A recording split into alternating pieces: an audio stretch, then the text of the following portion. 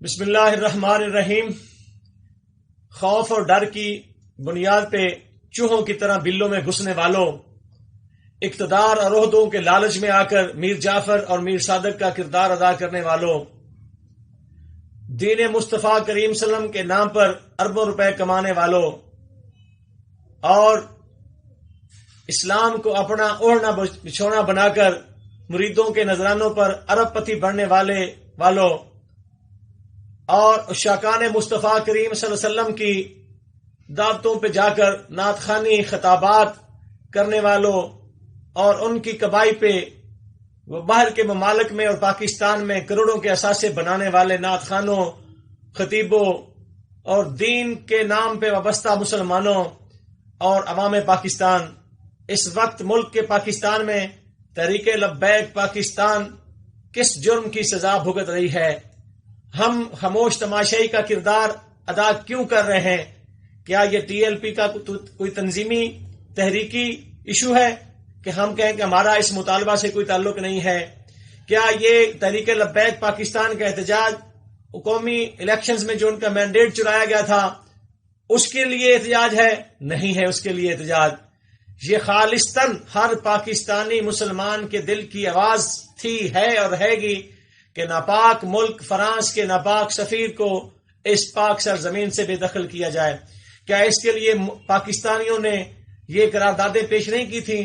ملک کی تمام بار ایسوسی ایشن، تمام اداروں میں اور حتیٰ کہ گورنمنٹ لیول پر بھی یہ کہا گیا تھا کہ ہم فرانس کے سفیر کو اس ملک سے بے دخل کریں گے۔ کیا حکومت پاکستان نے امیر المجاہدین، مجدد غیرت و حمیت، فنا فی الرسول حضرت علامہ حافظ خادم حسین رضوی علیہ الرحمہ کے ساتھ معاہدہ نہیں کیا تھا فیض آباد کے مقام پر؟ پھر ان کی وفات کے بعد ان کے صاحبزادہ اور تحریک لبیک پاکستان کی شورا سے ایکسٹینشن نہیں لی تھی کہ ملک کے مفاد کی خاطر آپ ڈیٹ بڑھا دیں کہ ملک گرے لسٹ میں آ رہا ہے؟ تو کیا ٹی ایل پی والوں نے 20 اپریل 2021 تک کا معاہدہ ایکسٹینڈ نہیں کیا تھا؟ تو اب حکومت خود ہی اس معاہدہ سے انحراف کر چکی ہے اور اس معاہدہ کو انہوں نے توڑ دیا ہے۔ اور 12 اپریل کو جب امیر ٹی ایل پی حافظ سعد حسین رضوی صاحب جنازہ پڑھا کر لاہور میں کسی مقام سے واپس آ رہے تھے تو ایلیٹ فورسز اور ایس پی کی سربراہی میں ان کو گرفتار کر لیا گیا۔ تو کیا یہ حکومت پاکستان نے بات عہدی نہیں کی؟ لا دین لمن لا عہد لہ۔ اب حکومت پاکستان اس مؤثر آواز کو کمزور کرنا چاہتی ہے، دبانا چاہتی ہے، اور ہم گھروں میں بیٹھے ہوئے ہیں۔ بے شک ٹی ایل پی کے ساتھ ہمارا تعلق نہیں ہے، لیکن یہ ٹی ایل پی کا کوئی ذاتی ایشو ہے؟ یہ ہم سب مسلمانوں کا ایشو ہے۔ یہ پاکستان میں بسنے والے بچوں، بوڑھوں، جوانوں، عورتوں، بچیوں، بیٹیوں، بھائیوں سب کے دل کی آواز ہے کہ فرانس کے سفیر کو اس ملک سے بے دخل کیا جائے۔ لیکن آپ کیوں نہیں باہر نکل رہے؟ پرامن احتجاج کرنا ہمارا آئینی اور قانونی حق ہے۔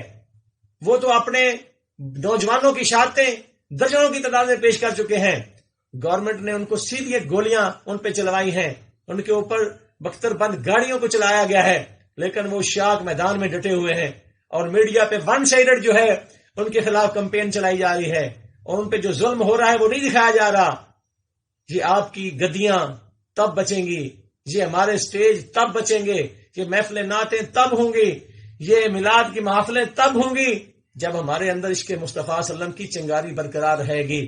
یہ اغیار کی سازش کا شکار ہو کر اس پروپیگنڈے کا ہم شکار ہو رہے ہیں۔ اور پھر میں ایک سوال کرنا چاہتا ہوں اہل حدیث حضرات سے، دیوبند حضرات سے، اہل تشیع حضرات سے، کہ آپ کی حضور صلی اللہ علیہ وسلم سے وابستگی نہیں ہے؟ کہ آپ یہ دعویٰ نہیں کرتے کہ ہم غلامان رسول ہیں؟ کہ آپ کا یہ دعویٰ نہیں ہے کہ فرانس کے سفیر کو اس ملک سے بے دخل کیا جائے؟ پرامن طریقے سے یہ احتجاج کر لیں۔ احتجاج کرنا ہمارا حق ہے۔ اگر آج خدا نخواستہ یہ آواز دب گئی تو فرانس کا سفیر کبھی بھی اس ملک سے بے دخل نہیں ہو سکے گا۔ ہاں، دوسری بات میں یہ کہنا چاہتا ہوں درباری ملاؤں کو اور خوشامدی پیروں کو جو دن رات حکومت کے چرنوں میں بیٹھے ہوتے ہیں، اگر آپ کو کردار ادا کر سکتے ہیں تو آپ ہی کر لیں۔ ان کی چوکھٹ پہ جو سجدہ ریزیاں آپ کرتے ہیں، آپ ہی جا کر کہیں مہاراج ہماری مان لیجئے، آپ کسی نہ کسی طرح سے کوئی مطالبہ تو کیجئے، منوائیے تو صحیح، بجائے آپ ان کی خوشامد کرتے تھکتے نہیں ہیں۔ میں آپ کو دعوے سے کہتا ہوں، آپ خوشامد کے ذریعے، آپ منت کے ذریعے، آپ ڈائلاگ کے ذریعے، آپ ترلا کے ذریعے، جس طرح سے بھی فرانس کے سفیر کو اس ملک سے بے دخل کروانے میں کامیاب ہو جائیں تو میں آپ کو دعویٰ سے کہتا ہوں کہ ٹی ایل پی کا ایک کارکن بھی اپنے گھر سے نہیں نکلے گا، وہ سب گھروں میں چلے جائیں گے، کیونکہ ان کا ایک ہی مطالبہ ہے، اور وہ ہم سب مسلمانوں کا مطالبہ ہے کہ ناپاک ملک فرانس کے ناپاک سفیر کو اس پاک سرزمین سے بے دخل کیا جائے۔ بہت شکریہ۔